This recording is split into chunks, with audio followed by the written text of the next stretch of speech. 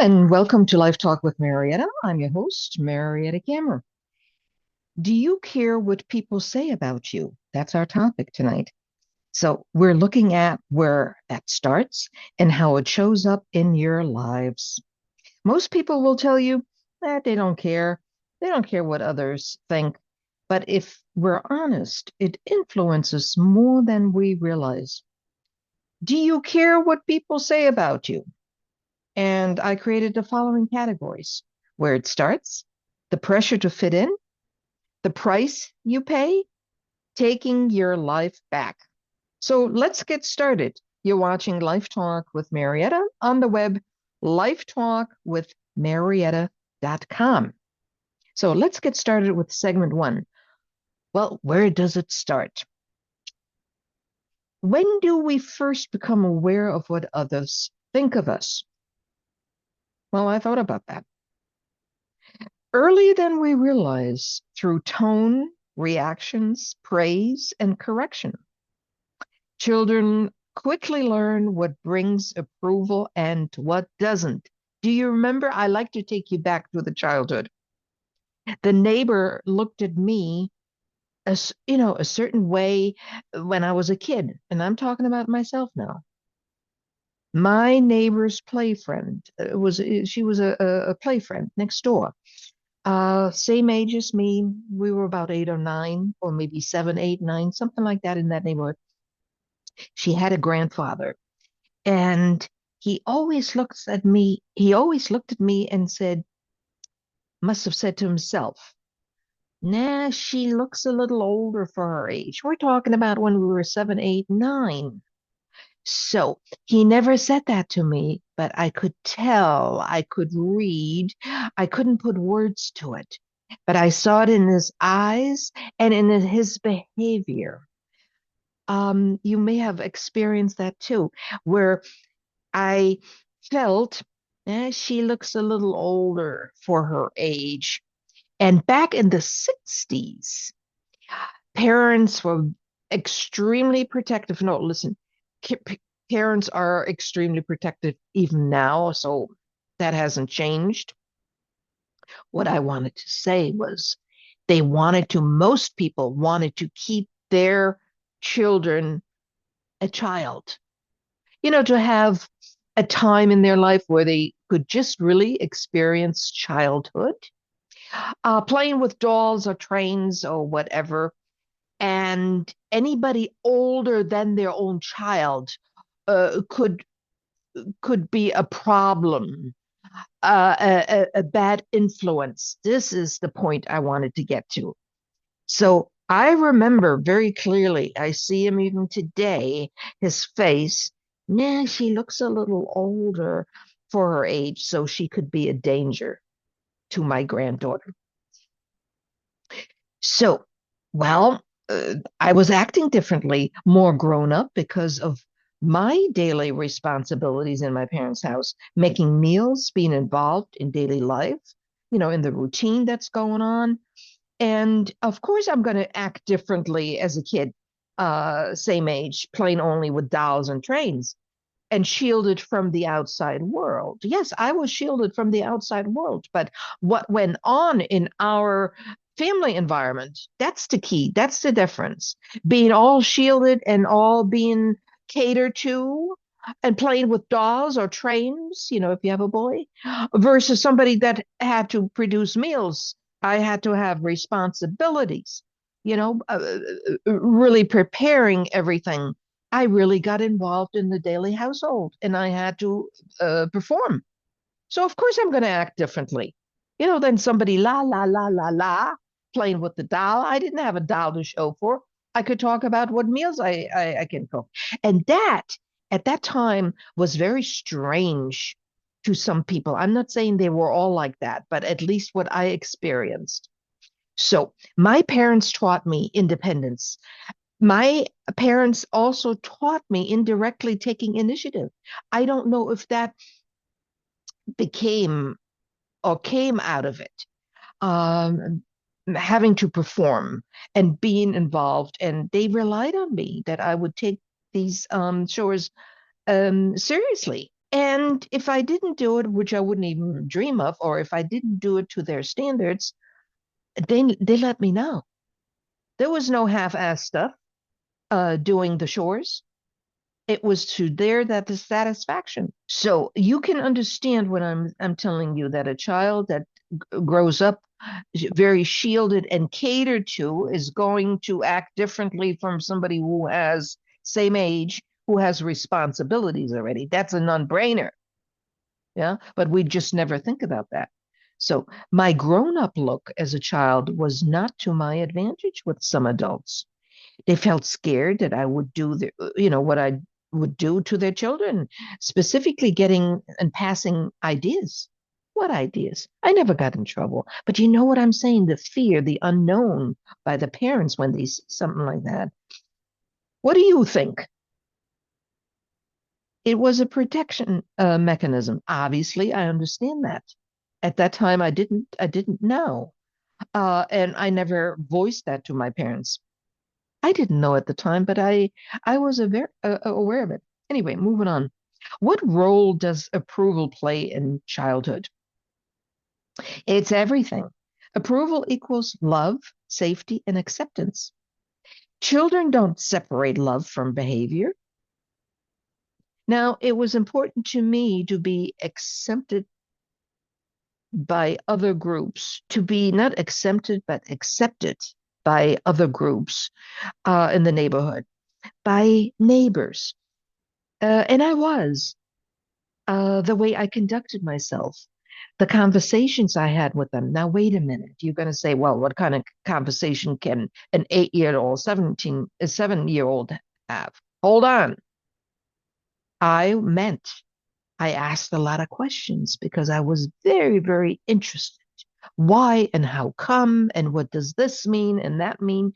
Now, that's at that time, it was very unusual of a child that age. Um, and you can understand. I was always interested in my surroundings so quickly. Some got the impression that I was with it. And I was taken serious by some of the neighbors that I met. And I like that because in the house, I wasn't taken serious. I just had to perform and that was it. And my ideas didn't matter. You get the picture, right? So also that teachers took me serious. That did not happen all the time. And that was not my fault. There are a lot of teachers who could not read and cannot read children even today. That thing has not changed. So they can't read kids, nor can they connect with them. And of course, as children, we're subject to being under their shield. And if they're saying you're no good, you could have done better, this, that, and the other, they may say that because they don't like you, or you're too far advanced and they still don't like you. They're not many, many teachers that I experienced. I'm only talking about myself in my lifetime, back to the childhood, were not with it. There was only one good teacher that taught very well, explained everything, and had the emotional intelligence. The rest of them, you can bag them. And there's still teachers like that around today.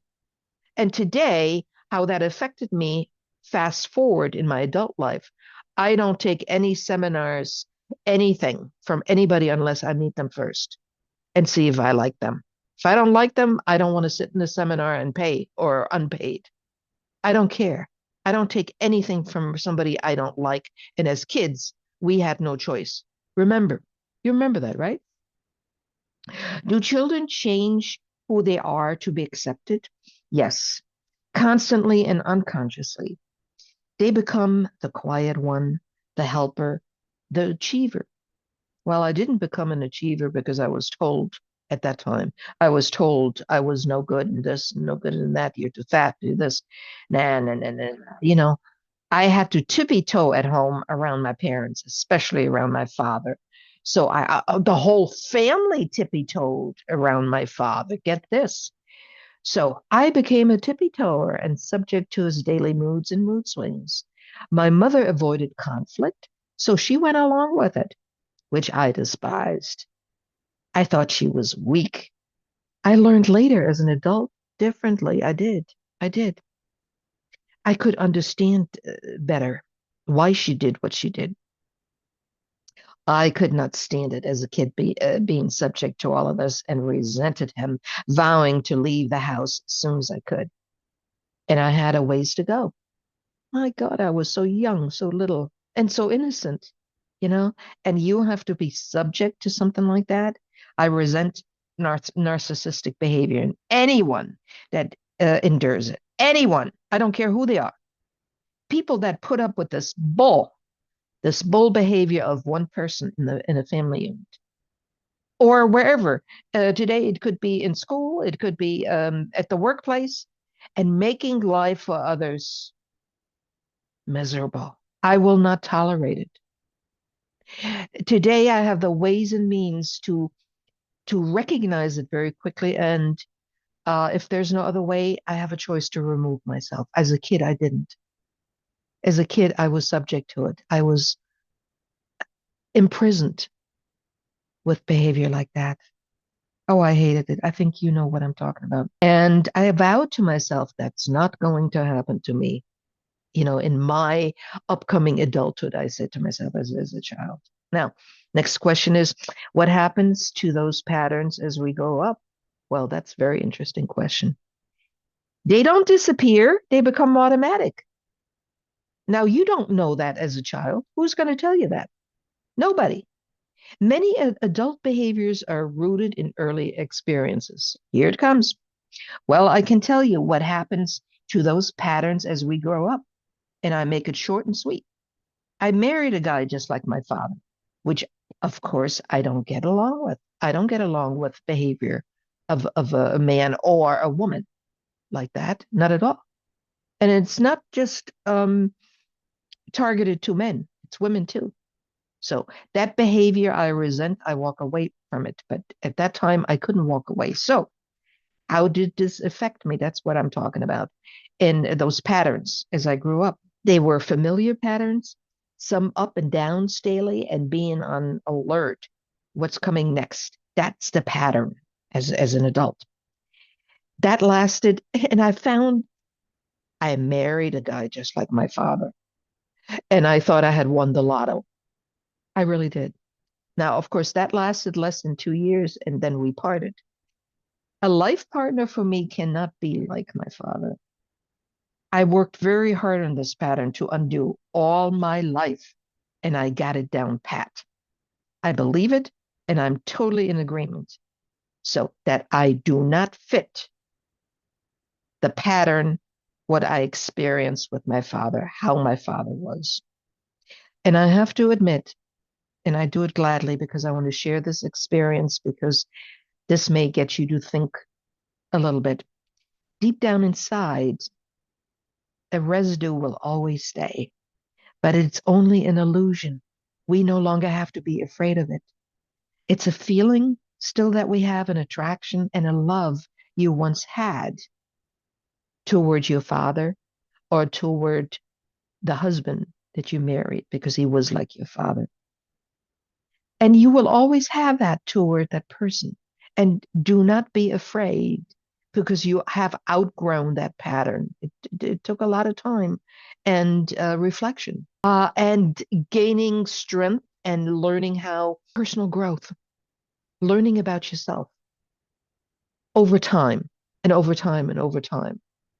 So that did not happen with me being in another relationship. It happened when I was in, solo. And I'm still solo by choice now. But I don't have to be afraid anymore. Um, it's just an illusion, and your internal mechanism will correct you when you get, oh, I should have and I could have. No, no, no, no, no. It's just a residue of the old pattern. And believe me, I know what I'm talking about. And I will always have a fondness toward my father and the man who was like him, always. I want you to know that. It was a very important time in my life. But you can undo patterns because you will never be happy with yourself going forward in your life if you don't, if you're not aware of it. That's why I have these shows. Okay, moving on. Why don't people question this earlier? Are you kidding me? It feels normal. It's all we have known. Are you kidding me? How should we have known? It feels like a part of our lives till you change something, till you become aware. Where are you going to get this awareness from? Who's going to talk to you about that? Maybe, maybe now we have different times. We have 2026 versus the 60s. And you know what? Now it's still an iffy thing. Not everybody gains this awareness because they're shut down. What do I mean till you change something? Well, till you leave the environment, go someplace else, leave the family unit, get to meet other people that come into your life, and you have different experiences. And people who tell you that you're okay, that what you experience is not. There is no awareness without contrast. So think about what you were praised for when you were growing up. Where did the approval come from the most?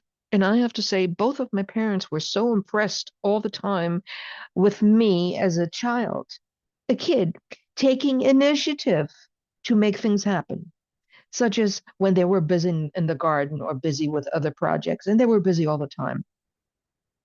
Or they were very impressed. We had a certain rhythm, a daily rhythm. When they were at work, I came home from school. I had a different, I had to function throughout the day, and they came home, everything was done. They were impressed with that. And also, when I was hungry, I would make myself a sandwich. So, of course, I would let them know, Ma, Dad, I'm going to go inside and make a sandwich. I didn't do it randomly. I would always let them know. So, they taught me independence, and that's what they loved about me and told me so all the time. They never said, I love you, Marietta. They told me how proud they were of my independence. I learned very early to be able to help myself, not just making my own sandwich in many, many areas. And that was my survival. Of course, that I didn't know. I may have had less years of childhood experiences, playing with the ball, going sled riding, being on the swing or the hula hoop, and who knows, and everything that a child experiences. But they brought me into their life, their daily life routine very early. And independence is a foundation stone. And that's why I have programs today. And we will go for a break in a minute, and I will talk about that. So, but let's move on. Now, segment two, the pressure to fit in. That's what we're going to talk about. How does it show up in daily adult life? Yeah, how does it show up? I have to tell you, I didn't fit in as a child, as a kid growing up. I didn't fit into many, many situations.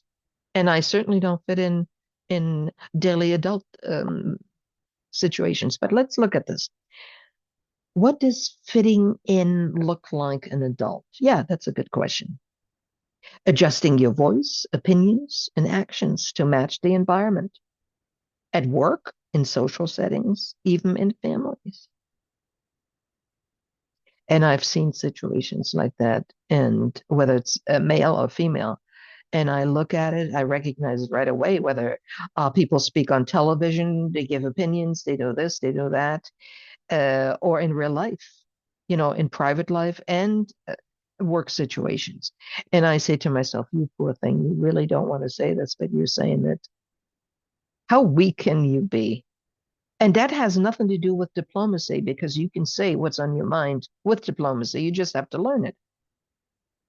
So, okay, I do not adjust myself to match any environment. However, I have class, I am educated, and I know how to apply myself in different situations. That's the key. Yeah. Depending on what environment you're in, whether you're at church, you're sitting in front of the mayor, you're sitting in front of the priest, you're sitting in front of an attorney, you're sitting in front of a potential client, you're adjusting to the environment for the moment. However, I read environments, meaning I can feel and adjust to environments, um, to adjust my behavior and my thinking. So to have a meeting of the minds. That's why I do it. Otherwise, you cannot even communicate with the situation. And that's how I adjust my thinking and behavior. That is done consciously to match the tone whom I'm about to meet and talk to. That a lot of people don't even understand that, but I understand it. So I'm not changing my core, I'm changing my behavior toward the environment I'm about to step in. And makes sense. And you got to have that education. Otherwise, you're like an elephant in a china shop. You heard that expression, yeah? So you can't just have one behavior, which is your family, how you behave in your family environment, and go out with that behavior. To give you a a quick example, found a cashier at a local grocery store. That person happened to be a woman, was acting just like she acted in her family environment. Of course, that's more than inappropriate, to keep it mildly. That's not really what I want to say, but let's leave it at that. So when I go to different environments, different people, it is my choice because that is the right thing to do, but never touching my core belief, opinions, and more. When something isn't right, I can disagree without feeling guilty, and I can stand up for it in a soft voice or whatever voice is needed for that particular moment. I stand up for myself, never letting anyone walk over me. I am in control, not the other side. Sometimes I am not, depending on the situation. As long as I understand it, I'm okay with it. I have to reflect on it and then I'm good with it. So, but I'm always in control, meaning I can assert myself.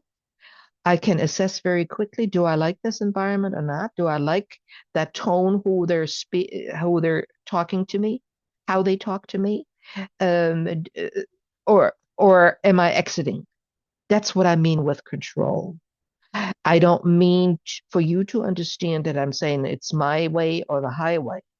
We always have control over how somebody speaks to us, if we take it or not, if we like it or not, and do something right on the spot. And that's what I mean by that. If I don't like something, and a lot of people talk down on people, you know what I'm saying, I get up and leave.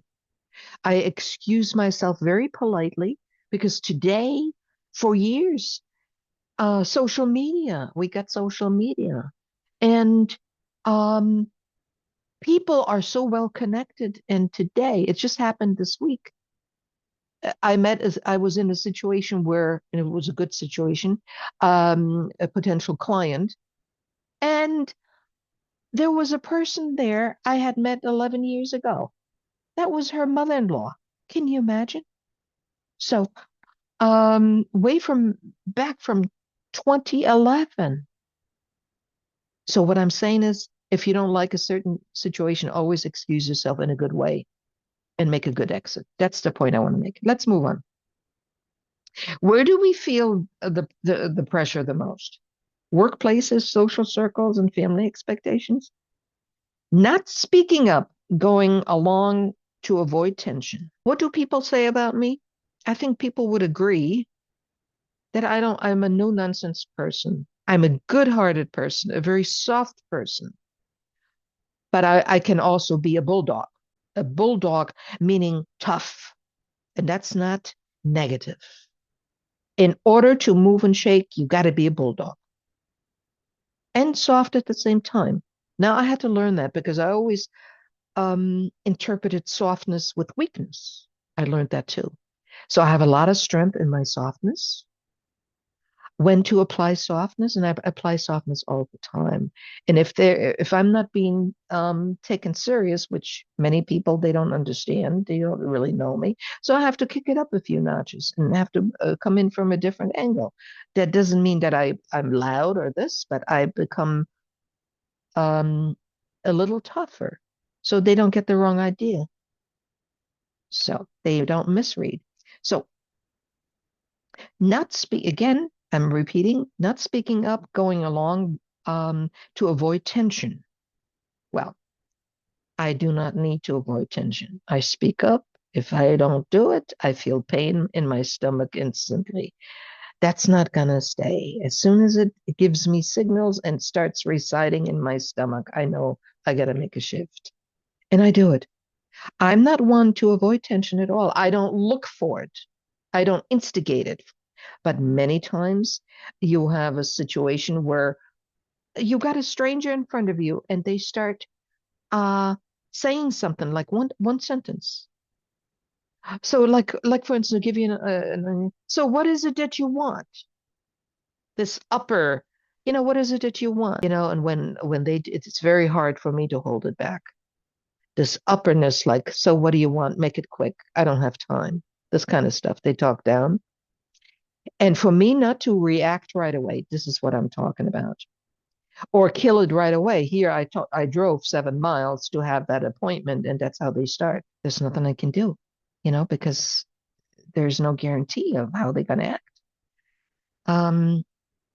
Again, I'm not one to avoid tension, but that's when the flag goes up, when they come like that. I confront all the time and tell the person, and if I have to walk away, I do it. I feel better and my stomach clears. And this is called garbage that comes inside of you before you even realize it's inside of you, and it really doesn't belong to us.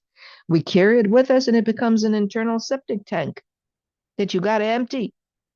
And some people don't know about their internal septic tank.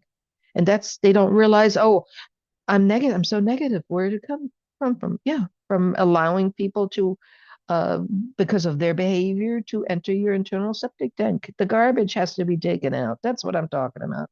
So, when somebody doesn't strike the right tone with me, my flags go up, and I said, "Oh, I got to watch this one. How far do you want? Let's see what comes next." And whatever, if it starts getting softer and softer, I have a base I can work with. And if it doesn't, I excuse myself, because it doesn't have to last 5 minutes. I don't have to go through this. I will read this immediately. That's what I'm saying. Next question: is fitting in always a bad thing? No, but it becomes a problem when you lose yourself. Balance is the key. What are signs someone is over adjusting? Hesitation, overthinking, saying yes when they mean no, even physical discomfort. And you already know I'm not subject to that. I learned long time ago as a child to defend myself. I was not defended by my parents, by teachers, or by the priest. They just let it go. And being harassed by kids and beaten up. And then when I complained about it, I got a beating. And I'm not kidding you. That made me stand up. I don't let anybody step on my toes. I don't care who it is. I don't care, rank, file, you name it. I don't care. Because the behavior is not me, it's them. And they have to be called on. And that's what I do. And I do it in an elegant, soft way. Sometimes I use the intellectual, and sometimes the direct way, depending on the situation. Don't let anybody be on your toes. That's what I'm saying. I want to use a different word, but we're on television here. So don't let anybody pee on your toes. Okay? I said so. Think about that. Mariette said so. So why is it so hard to step out of fear of rejection and being misunderstood? We're wired for belonging. That does not apply to me. I don't like rejection. I've had many rejections in my life. You learn to deal with it. I still don't like it, but I know it's part of life. And being misunderstood, a lot of people don't understand other people anyway, because it takes an effort to understand somebody. And a lot of people don't take the time to do that. So before we go on, let's go for a quick break, and we'll be right back.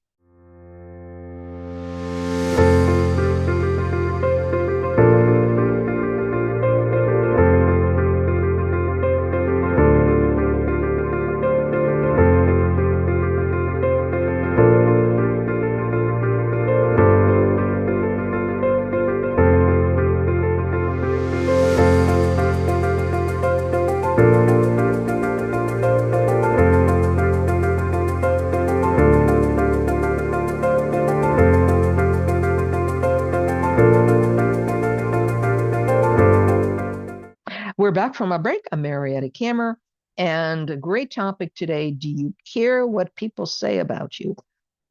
Well, what's my answer? I don't, but I do. I don't. If people say, "Oh, she's tough. She's this and that," yeah, yeah. Oh, yes, I am tough. You know why I have to be tough?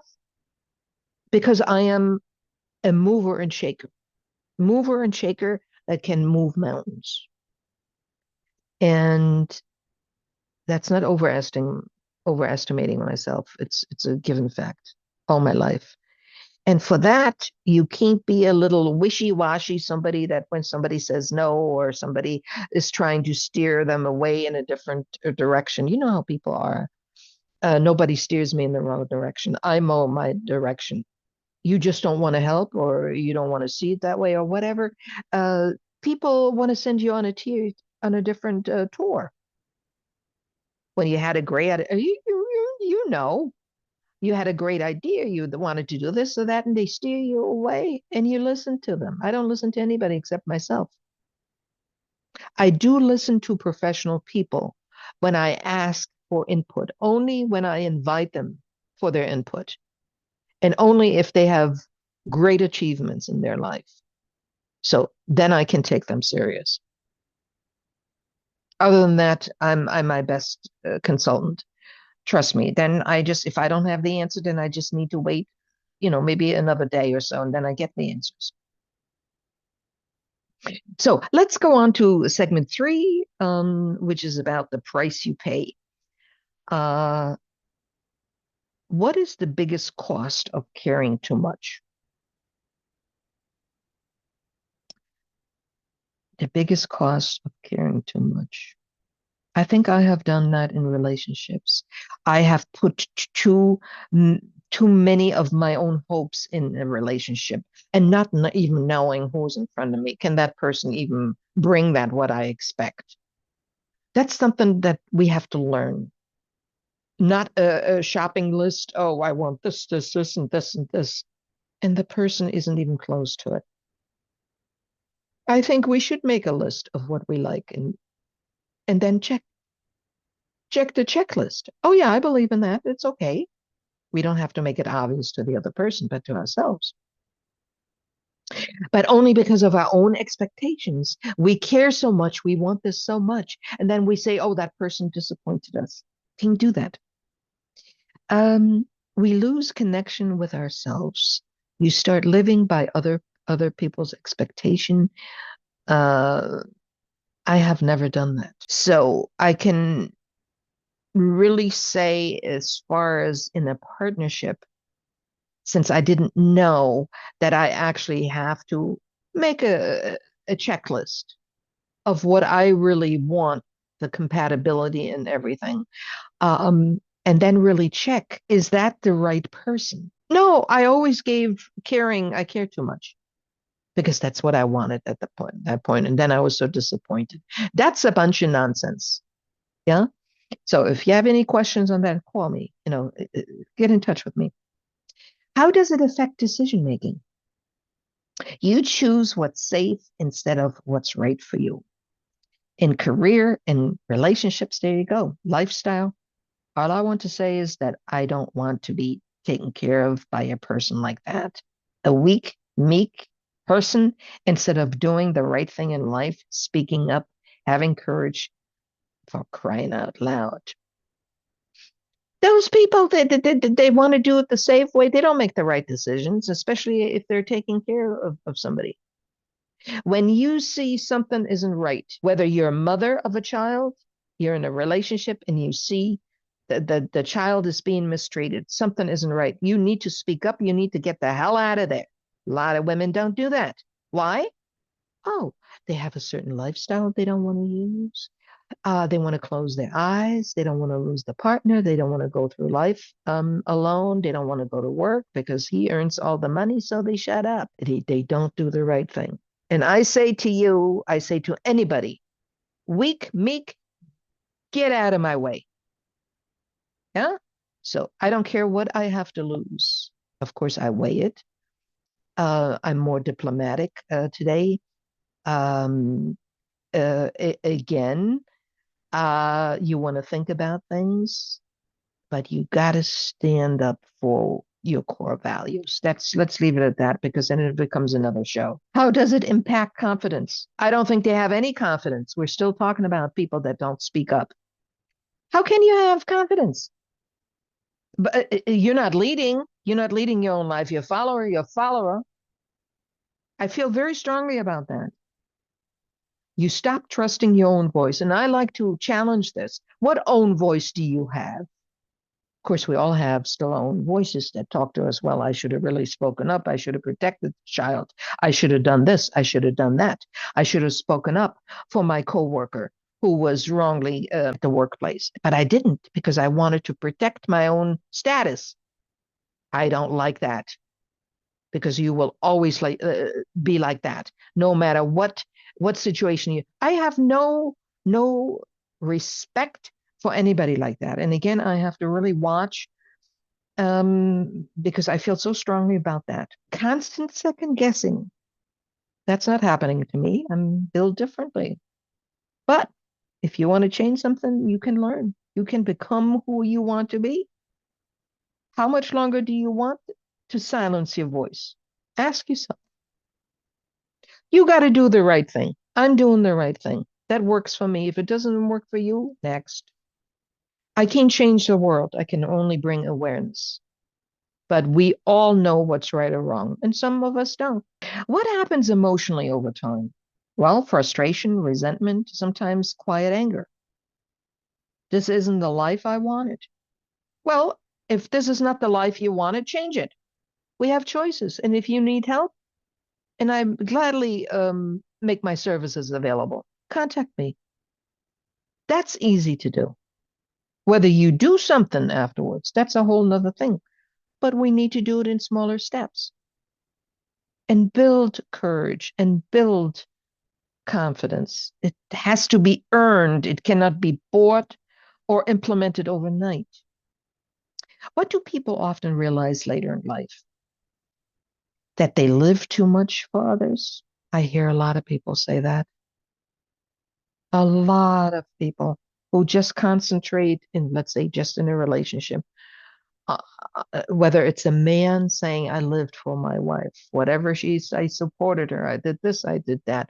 Or the other way around, I supported my husband. He is today, I made him, I helped him, and I put myself back.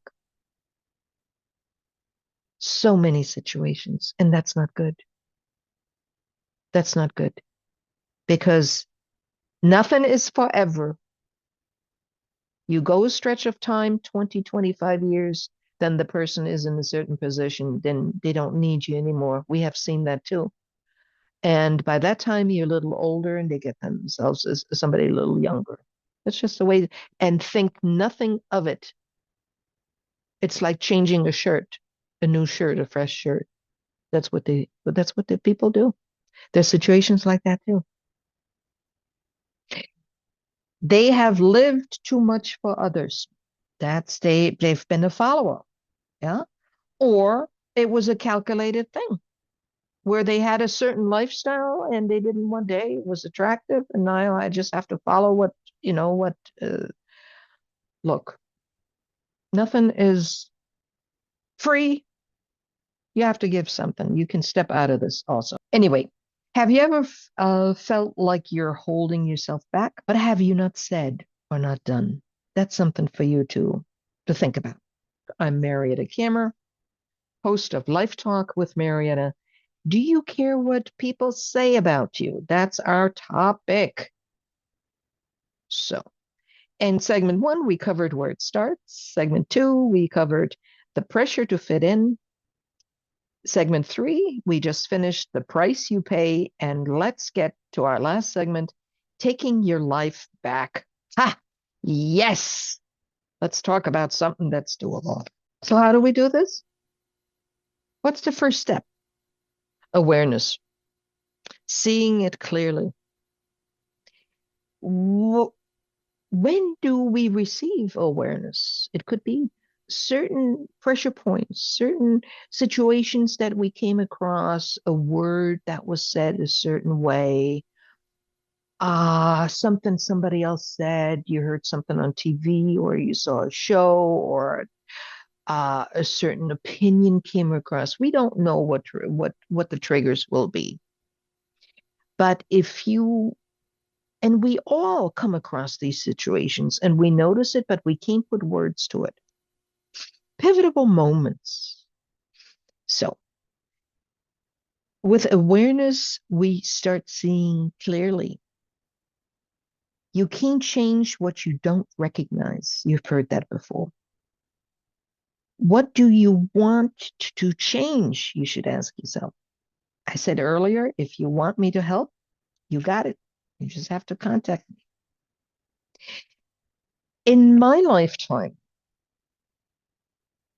uh, having been married for 13 years, I have a wonderful daughter, Heidi. She's a cancer therapist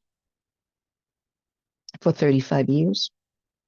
Um, after my marriage, I always ask myself, why didn't it work?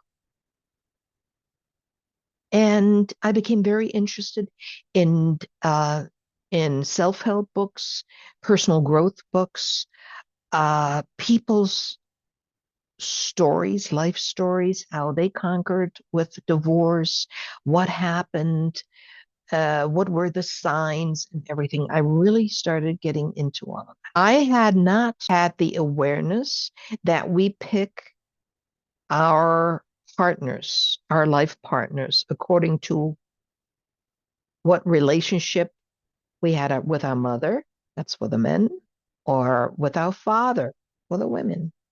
I did not know that. And that's why you got to be very careful and be mindful of who comes into your life. We have to learn something from them. Not everybody, but most of them.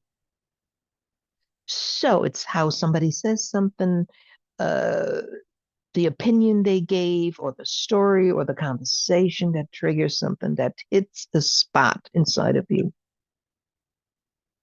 And it wasn't till my second marriage that lasted less than 2 years that I became totally aware that I had picked my father in the second marriage, and I felt very, very happy that I did. Now, here I was in love, and he was in love with me, and I was like his mother. This is a true story. This is not fiction here, yeah? So, and both of us, we were on guard with the spoken word. How did she mean this? How did he mean this? We really were on the battleground fighting against our father and him against his mother. But that's what the two of us did. So we were fighting a fight, everything that the mother ever did to us or that the father ever did growing up. This is how this looked. And we had very little time, very few moments when we had a ceasefire. We had war all the time. We were young, we were beautiful, looking, smart people, but we didn't know about that. Our love never had a chance to even grow. And today I say, when you have all of that inside of you, it can't grow. It can't flourish. And even today, you say, well, how about today since you learned so much, Marietta? Well, today I have to say I have a very deep fondness about toward not about but toward my father and also the man that I married, and only an illusion.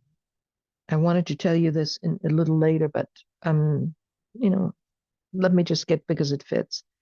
Only an illusion can that person, my father, be everything to me because he was everything to me when I grew up. With the good and the bad, and the same that person. But my body, my mind is all educated today that I cannot have a partnership with a narcissistic person that has these mood swings day in, day out from second to second, where I became a tippy toer. And we have a lot of tippy toer in this world. We want to make things right. We want to be loved. We want peace in our environment. That's not possible with people like that because they're not together internally. They're full of pain, full of anxiety, and uneducated and not healed. That's why. So today, um, I realize all of that, but I could never and would never be attracted to a person like that ever again. Even though there's residue inside of me, and only in an illusion you can have a relationship. It's just the residue of feelings toward the old pattern. That's a big thing I'm telling you. It's a residue toward the old pattern. Because as soon, just think if your father was still alive or your mother, and you yearn to get their attention again, you know what you're getting? You're getting the old pattern, the same old thing. Nothing has changed. They never became aware of it. They just continued the way they and as soon as you wanted to be with them, as soon as you want to leave again, you know the feeling. You know the pattern. You recognize it, right? But you still have that fondness. I will keep it inside of me because I don't want to get rid of it. But in reality, which we're still alive. In reality, we will find different partners that fit to who we are, what we treasure, what our own core values are, because we have established them over time. And a person like that, what you experience with your father or mother, won't have a chance. So don't be afraid to go into another relationship. Just make sure that you know inside out and you haven't overlooked anything because you may say, "Oh, I'm ready for it." Yeah, no, I know I can't be. Look, there are many things, there are many details, many puzzle pieces to this pattern, to this dysfunctional pattern. That's what I'm saying. And if you haven't given yourself enough time, meaning really lived by yourself and earned this personal growth and have lived it and you're comfortable by yourself and you're not rushing. Oh, you must have someone. There are people out there, 85 years old. They can't be without a partner. Oh my God. Oh no, we must live. Oh, I'm afraid to be alone. Are you kidding me? I've been on my own for almost 30 years. I've been single longer than I've ever been married. Some people say, well, good for you, Mariette. Yes, good for me, because I chose that. These patterns don't come undone unless it's like you knitting a sweater. And unless you unravel it, what you knit it, row at a time, row at a time. That takes effort, reflection, wanting to heal, realize that you have choices and make the right choices because you're intelligent. But when you're a follower and you just don't exercise your voice, you're going to give in and you're not going. I hope nobody takes care of me at an older age and is not a person with the right attitude. Look, I don't know what's ahead of me. There are a lot of people like that, and I just don't want to think about it because it upsets me. But we have to do the right thing for ourselves first, and then for others, because we have children, and especially smaller children that still need our guidance. And these little kids know, even it's those are unspoken things when mother and father don't get along. You don't even have to put words to it. They feel it in the air. They know. They become tippy toes and they can't stand, they can't grow, they cannot flourish in your household. That's what I'm saying. You have to be courageous, become courageous. First of all, but you need to take care of yourself first. You need to protect yourself first. Well, how do I do that? Do me a favor, call me. I'll be more than happy to give you 15 minutes of my time to talk to you about it. So, but this is so important, and it's never too late. There are people in their 60s, 70s, 80s. Oh my God, it's never too late. And there are people that are younger. They're still going through their um, life through different life phases. To yourself, you can have a better life if you start becoming aware and start standing up for yourself too. Anyway, so does that mean not caring at all? No, it doesn't mean. It means choosing different options, options that matter. Not every voice deserves weight. How do you begin shifting? Small, start small, speak up, make one honest decision, be truthful to yourself, build tolerance for discomfort. Yeah,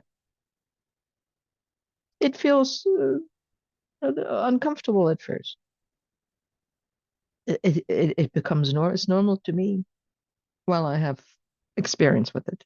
But what changes as you grow into this? Clarity, confidence, and peace.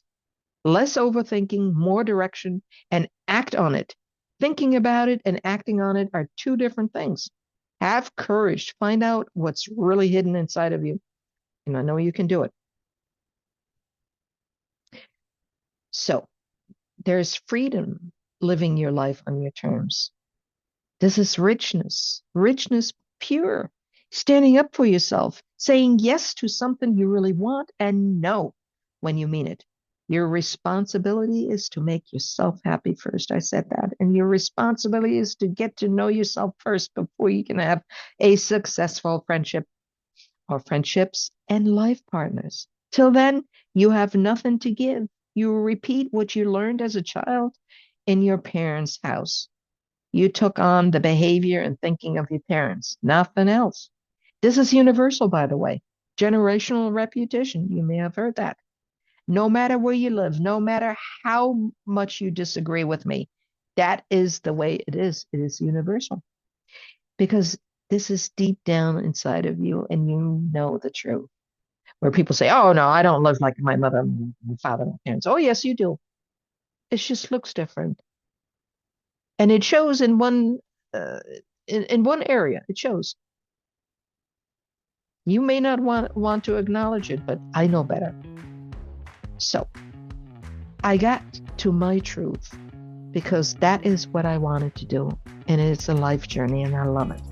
To me, it's richness, satisfaction with love, hope, motivation, and inspiration, and an endless learning process. So at this point, you realize people will always have something to say. The real question is, are you still listening to all of it? Or have you started listening to yourself? Contact me. Don't hesitate. Contact me. So, until next time, I'm Mariette Cameron.